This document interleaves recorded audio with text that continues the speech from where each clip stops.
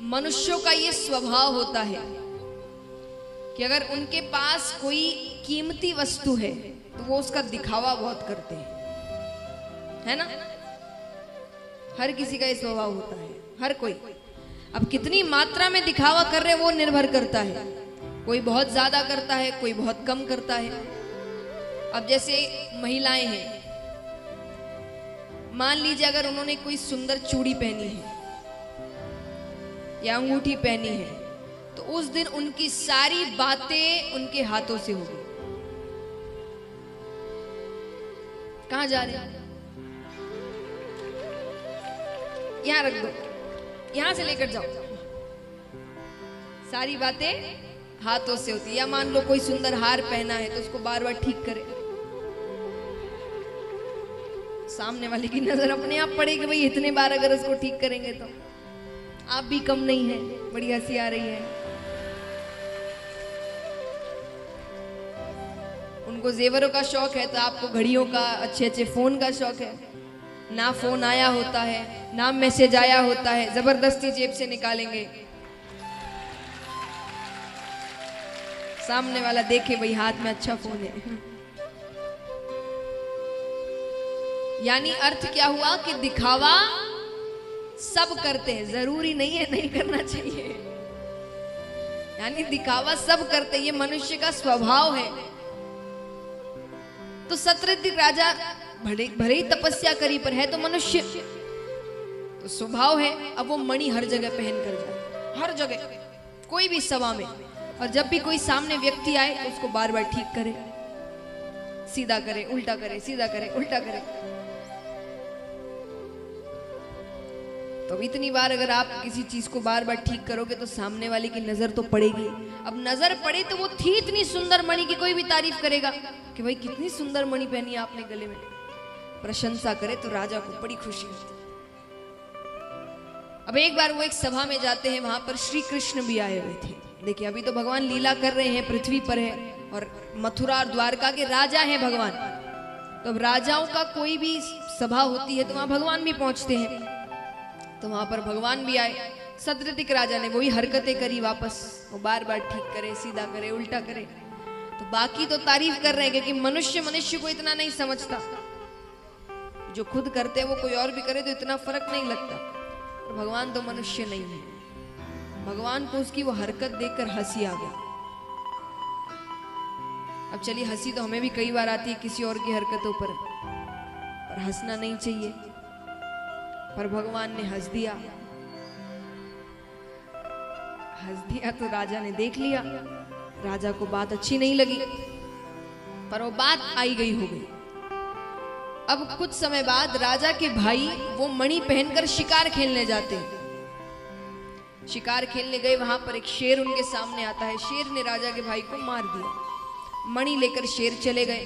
थोड़ी दूर जाते हैं, शेर एक रीछ से मिलते हैं। दोनों के बीच युद्ध होता है। रीछ ने शेर को मार दिया। अब वो रीछ मणि लेकर अपनी गुफा में जाकर उसने अपने बच्चों को खेलने के लिए दे दिए।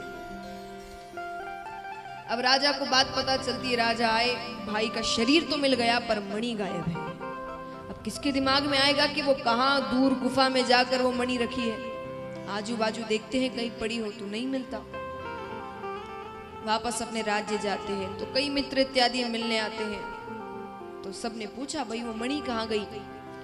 बोले पता नहीं, लगता है चुरा ली होगी किसी ने, क्योंकि गिरी होती तो आसपास ही दिख गई होती, यानी कोई उठा के ले गया। कई ऐसे लोग मित्र आपके होंगे, मित्र नहीं कहूंगी, मित्र के नाम पर होंगे ऐसे आसपास आपके लोग, तो काम कुछ नहीं करेंगे पर दिखाएंगे बड़ा कि उनको चिंता बहुत है आपकी। तो उन मित्रों ने भी कहा कि किसी पर शक है। ऐसा नहीं कि वो शक बता दे तो वो उसके पास जाए कि हाँ भाई, नहीं, बस बातें बहुत है। तो किसी पे शक है, किसी ने कोई हरकत करी हो। तो ये सब सोच के राजा के मन में, हरकत किसने करी? हरकत तो एक ही ने करी थी।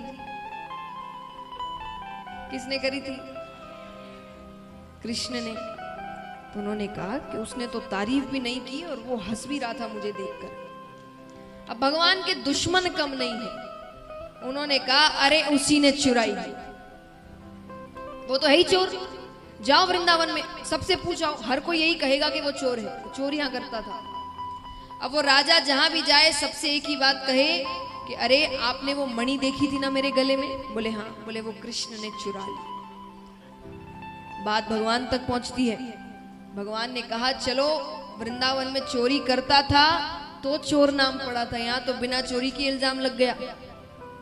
तो उसको हटाने के लिए भगवान उस जंगल में जाते हैं, पता करते हैं कहाँ उनके भाई का शरीर पड़ा था। तो भगवान ने ध्यान दिया तो शरीर के पास से शेर के पैरों के निशान जा रहे हैं। भगवान उसके पीछे पीछे जाते हैं, वो निशान खत्म होते हैं तो रीछ के पैरों के निशान शुरू होते हैं। भगवान उसके पीछे पीछे जाते हैं, वो गुफा तक पहुंच गए। भगवान दूर से ही मणि चमक रही है।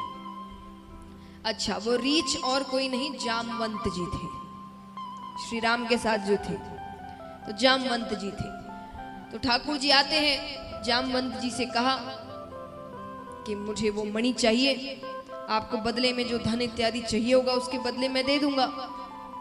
रीछ ने कहा नहीं, ये मणि मेरे बच्चों को अच्छी लग गई है, उनका खिलौना है, मैं उनको दुखी नहीं कर सकता। अरे भगवान कहते वो कोई खेलने की वस्तु नहीं है, वो एक देवता की मणि है। रीछ ने कहा इतना ही है तो युद्ध करो और ले जाओ। दोनों के बीच युद्ध होता है, युद्ध यानी हाथों से, मल्ल युद्ध कहते हैं उसे। तो युद्ध होता है, बहुत समय तक युद्ध चलता है। अब जामवंत जी को बार बार लग रहा है कि ये मुझे मार सकता है, ये इतना शक्तिशाली है कि मुझे मार सकता है, लेकिन बार बार दाव पलट देता है। अब देखिए, युद्ध करना तो दोनों को आता है, तो भगवान ऐसा कोई दाव खेलते थे कि थोड़ा सा भगवान ने हाथ इधर उधर किया कि उसकी मृत्यु हो जाएगी, पर भगवान जानबूझ के कभी हाथ ऐसा करते कि उनका हाथ फिसल गया। तो समझ रहे थे जामवंत जी कि ये जानबूझ के अपने दाव पलट रहा है, ये मुझे मार सकता है। लेकिन जब ज्यादा समय हो जाता है तब भगवान ने धनुष उठाया, बाण खींचा, और बाण खींचते ही उनको साक्षात मर्यादा पुरुषोत्तम श्री राम के दर्शन। बोलिए श्री रामचंद्र भगवान की। राम जी के दर्शन होते ही तो जामवंत जी चरणों में पड़ जाते हैं कि प्रभु मैंने आप पर हाथ उठाया। अरे भगवान कहते तुमने नहीं उठाया, मैंने उठवाया। क्यों उठवाया? मुझ पर क्यों पाप चढ़ाया? अरे भगवान कहते मैंने वचन दिया था, उसको तो पूरा करना पड़ेगा। कैसा वचन? बोले राम अवतार में जब रावण की मृत्यु हो गई थी तो सब प्रसन्न थे सिवाय तुम्हारे। तो मैंने तुमसे पूछा कि तुम्हें प्रसन्नता नहीं है? तुमने कहा कि मुझे रावण बहुत शक्तिशाली था, मुझे उसके साथ युद्ध करना था, पर वो इच्छा तो मेरी इच्छा ही रह गई। तब मैंने तुम्हें उस समय वचन दिया था कि मैं तुम्हें रावण से भी ज्यादा बलशाली पुरुष के साथ तुम्हारा युद्ध करवाऊं। तो मैंने वो तुम्हारा वचन